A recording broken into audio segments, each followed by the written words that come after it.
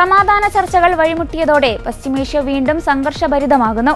Kuwait വിമാനത്താവളത്തിലേക്ക് Iran നടത്തിയ drone ആക്രമണത്തിൽ മധ്യപ്രദേശ് സ്വദേശി മരിച്ചു. ആക്രമണത്തിൽ 3 മലയാളികൾ ഉൾപ്പെടെ ആകെ 12 ഇന്ത്യക്കാർക്കാണ് പരിക്കേറ്റത്. ഇനി ആക്രമണമുണ്ടായാൽ ഉടനടി തിരിച്ചടിയുണ്ടാകുമെന്ന് ഇറാൻ മുന്നറിയിപ്പ് നൽകി. കുവൈറ്റ് അന്താരാഷ്ട്ര വിമാനത്താവളത്തിന് നേരെ നടത്തിയ ആക്രമണത്തിന് പിന്നാലെ GCC രാജ്യങ്ങൾ ഇറാനെതിരെ കടുത്ത നിലപാടിലേക്ക് കടന്നു. ഇറാനുമായുള്ള നയതന്ത്ര ബന്ധമടക്കം വിച്ഛേദിക്കുന്ന കടുത്ത തീരുമാനത്തിലേക്കാണ് കുവൈറ്റ് എത്തിയിരിക്കുന്നത്. രാജ്യത്തുള്ള ഇറാനിയൻ നയതന്ത്രജ്ഞർ 24 മണിക്കൂറിനകം കുവൈറ്റ് വിടണമെന്ന് കുവൈറ്റ് സർക്കാർ ആവശ്യപ്പെട്ടു.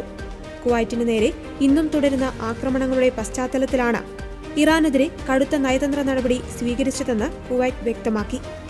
ഇതിനിടെ ഇറാന്റെ ആക്രമണങ്ങളെ ശക്തമായി അപലപിച്ച് GCC കൂട്ടായ്മയും രംഗത്തെത്തി. കുവൈറ്റിൽ അമേരിക്കൻ ഡ്രോൺ സംഭരണ കേന്ദ്രത്തെയാണ് ആക്രമിച്ചതെന്ന് ഇറാൻ വ്യക്തമാക്കി. അലി അൽ സലീം എയർബേസിൽ വിമാനങ്ങളെയും ലക്ഷ്യമിട്ടുവെന്നും ഇറാൻ അറിയിച്ചു. ഇതിനിടെ മിസൈൽ ആക്രമണ ദൃശ്യം പകർത്തിയ ഒരാൾ കുവൈറ്റിൽ അറസ്റ്റിലായി. ഇയാൾ വീഡിയോ എടുക്കുന്നതിനിടയിൽ വാഹനം അപകടത്തിൽപ്പെടുകയായിരുന്നു. കുവൈറ്റ് കൊച്ചി സർവീസ് നടത്തുന്ന Jazeera airways, Bahrain Kochi service നടത്തുന്ന ഗൾഫ് എയർ വിമാനം, കുവൈറ്റ് എയർവേസിന്റെ കുവൈറ്റ് കൊച്ചി വിമാനത്തിനും മുടക്കം ഉണ്ടാകില്ലെന്ന് വിമാന കമ്പനികൾ അറിയിച്ചു. കുവൈറ്റ് എയർവേസിന്റെ കാലതാമസം ഒഴിച്ചാൽ സർവീസ് മുടക്കമുണ്ടാകില്ലെന്നും വിമാന കമ്പനി അറിയിച്ചു.